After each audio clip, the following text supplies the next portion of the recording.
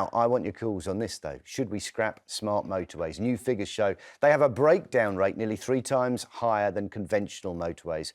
They only make up a fifth of the network, yet 56% of breakdowns happened on a smart motorway last year. The AA says it's a major concern. National Highways insist they're still our safest roads.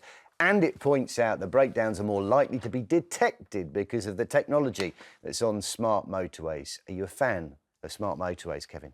I prefer a hard shoulder when I'm driving, I'll admit, but if you take out all the smart motorways that use the hard shoulder as a lane, you're going to create incredible congestion in areas like the West Midlands or in parts of Yorkshire.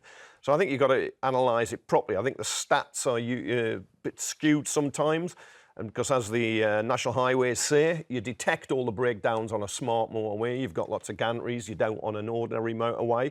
And I also think, look, I drive 70 mile an hour on a dual carriageway. There's no hard shoulder on there. Are they unsafer? I'm not so sure. Some people have got a bee in their bonnet about smart motorways. It has been because some people have died on them. But people die on all roads, unfortunately, when people are hurtling along at great speeds and there's heavy traffic. If you can prove they're unsafe, then we have to address that. But it's no easy solution.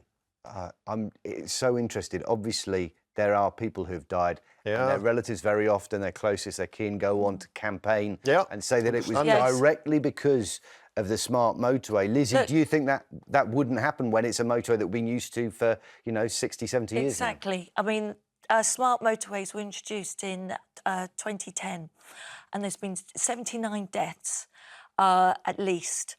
And for me, I think they're unsafe. I believe Rishi Sunak, one of the things I did agree with him was that he was trying to stop these because of, even the highway, even the RAC are saying they're unsafe. Look, my car broke down last week on the motorway. It was my fault. I'd run out of petrol. But there was even being on the hard shoulder, that was frightening. Imagine not having that. And the fact is, on these smart motorways, if your vehicle has to be stopped, you've got a car coming behind you. They don't always see. They don't realise it's stationary till it's too late.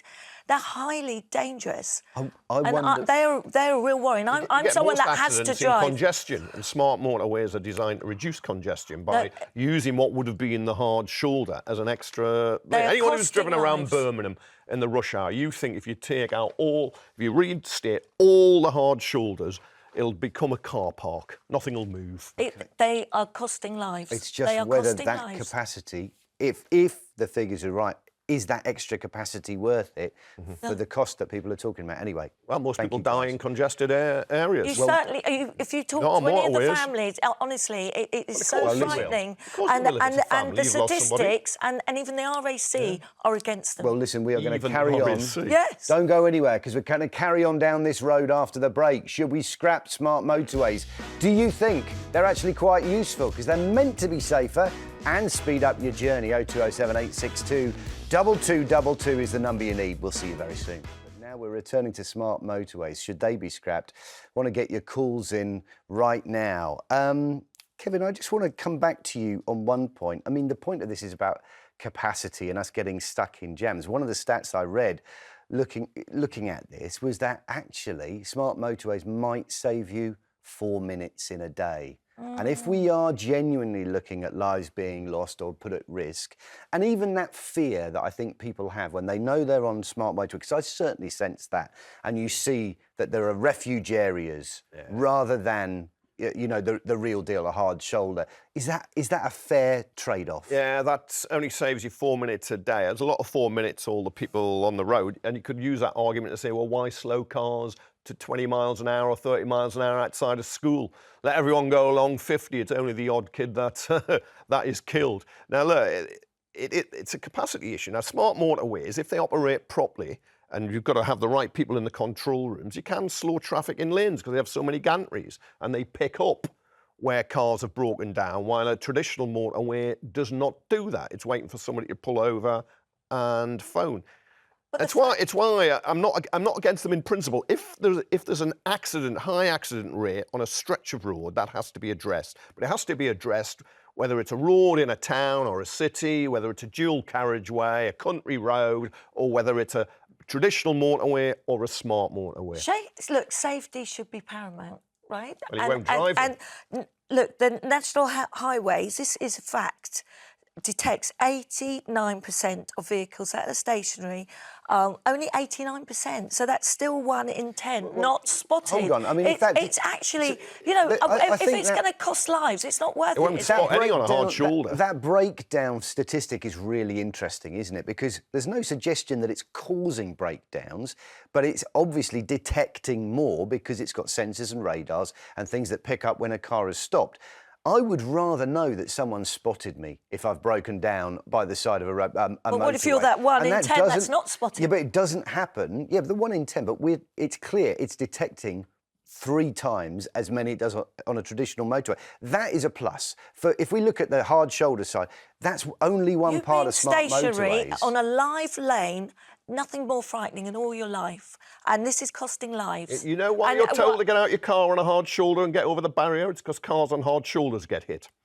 Eric, you'll read stories several times a year about a lorry or another car coming along and hitting a car on the hard shoulder. So, it's no safe refuge either. I'm not saying it is, but 79 people have been killed on smart motorways at least. And I think, look, safety has to come first. What's the comparative figure for other motorways? How many people have been killed? It's more. No. That's the point. That's the point. You're just taking statistic in isolation and saying 79 have been killed here. How many have been killed on the other motorways? As a motorist, I feel safer knowing there's a hard shoulder. I think the majority of our callers will agree with me. Okay. Do you feel unsafe on a dual carriageway when you're doing 70? Because that has no hard shoulders, and you can do 70 just like you can on a motorway. I feel safer when there's a hard shoulder, and I think many other drivers do. Okay. And I don't think you're a driver, Kevin. I know you're always on the straight, but it's very. I have to do. Qashqai, built in Sunderland. Oh, have you now? Look at you. 9.5 years old. Still going well. No one likes a show off, Kevin. But look, for me, I do a lot of miles. I live in a rural area. I come into London a lot. I have to travel on the motorway. I feel a lot safer with a hard shoulder. OK, well, I mean, construction's been paused since 2023. They're using that time to compile analysis. The other thing they're doing is building more refuge areas. I don't know whether that's an admission that there weren't enough in the first place and actually the problem.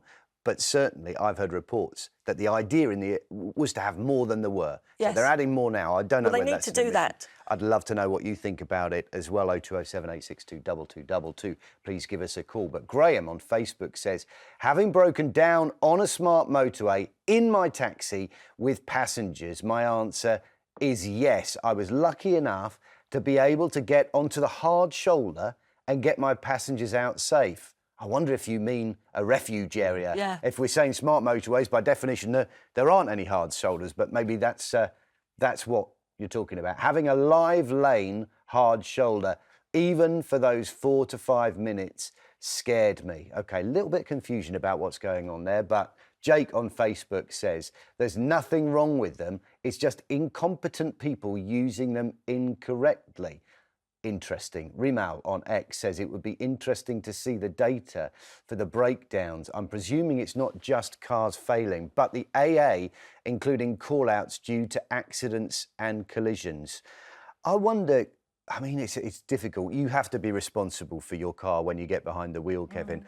Is there a little bit of victim blaming going on here and shaming, where you're actually saying, well, you didn't know what you're doing. You've got to learn how to use them, when there's such a new thing for so many of us? Yeah, well, look, your tyre might blow out and you have no control over that. Cars can break down and you might maintain them. You might have had the MOT the previous day. You've got to accept that cars are not perfect, and nor the drivers. All of us can make mistakes. And you somehow got to try and minimise the impact of that. We do it in some ways with speed limits. Have a hard shoulder. You can pull over if you're lucky enough to get there, and you'll have a certain refuge. But that's no sanctuary in itself, which is why cars get hit on the hard shoulder, or the vehicles come along. People get killed that way. And I like the person who says, look, let's look at the stats. Let's have a proper study, and just instead of just saying something is new, so I'm against it. On a live lane, and you know, the car travelling behind can't always, you know, Wayne, I've been distracted, not seen. You're That's over. what It is a I death just trap, wonder Kevin. if- It's a death trap. I mean, more gun people, The smart motorways people are a die on death our trap. roads, right? They've died on motorways. Sadly, yes. As although motorways are the safest roads that we've got, they have. I just wonder, with the greatest respect, if it's your kin, if it's someone that you love who's died on a smart motorway, whether you would be looking for something that was responsible for it. Correct. And smart motorways are new, you know, so they would be the thing that you turn to. Look, they were introduced, as I said, in 2010. We've already had at least 79 deaths. And How many deaths we had on the other motorways? And I mean, that's... I, as a driver, have, you know, I want to be, I feel far more confident if I know there's a hard you have shoulder. far more signs and telling you which lanes are closed. Let's Look, take we a can call. see from our callers. Stephen's in Staffordshire. Right, Stephen, Staffordshire, tell me, have you got smart motorways going through on the M6 there? I think you have. Yeah, we have, yeah. And I think they're good. But I think the problem is, not smart motorways, is foolish drivers. Your lady panellist there said that she broke down the other day on a smart motorway. She was terrified. She then said that what she did, she actually ran out of petrol. Running out of petrol is an offence, a driving offence. That's where the problem is. Yeah, it's not illegal. I think, Stephen, the point being the way that running out of petrol on a motorway is illegal. Okay. It's also incompetent. It is. I agree. I'll put my hands up. It was totally silly, and it's the first time it's happened to me. But I did say I was lucky to be able to go onto the hard shoulder. I would have been very frightened if I was on a smart motorway. That's what I actually said. If you were listening. Okay, Stephen. My understanding is it's not illegal. It is a recommendation, obviously, that you shouldn't run out of petrol on the motorway. If you've got any possible way to avoid it, I'm sure it's something Lizzie regrets tremendously. Of course. We'll take another call. Jules is in Lancashire. What do you make of them, Jules? Do you use the motorways regularly? And would you rather see a hard shoulder than refuge areas? I'd rather see an hard shoulder, to be honest. You know what I mean? I mean, I was coming up from, because I live in Charlotte, going up to Bath, you know, in Somerset, really nice. Went on the M6. It's 4 lanes, but it's still busy as well. Do you know what I mean? And you see, a hard shoulder every half mile. I think, well, hang on a minute. It's just a bit stupid because you don't pick where to have an accident, do you? And there's people being killed. My geography teacher from a few years ago, she had a bike strapped to the back of her car, and just before she got on the motorway, the bike fell off. If that had happened on the hard shoulder, she'd have been goosed. She'd have been dead, do you know what I mean? Because there's no way you can pull up. Jules, it's just stupid. I don't like it. Which do you think causes more accidents, though? Not having a hard shoulder or stop-start traffic where you're going at 70 and suddenly you realise the traffic's stopping in front of you? Because I'm sure that kind of congestion, which this is designed to alleviate, could cause just as many accidents, couldn't it?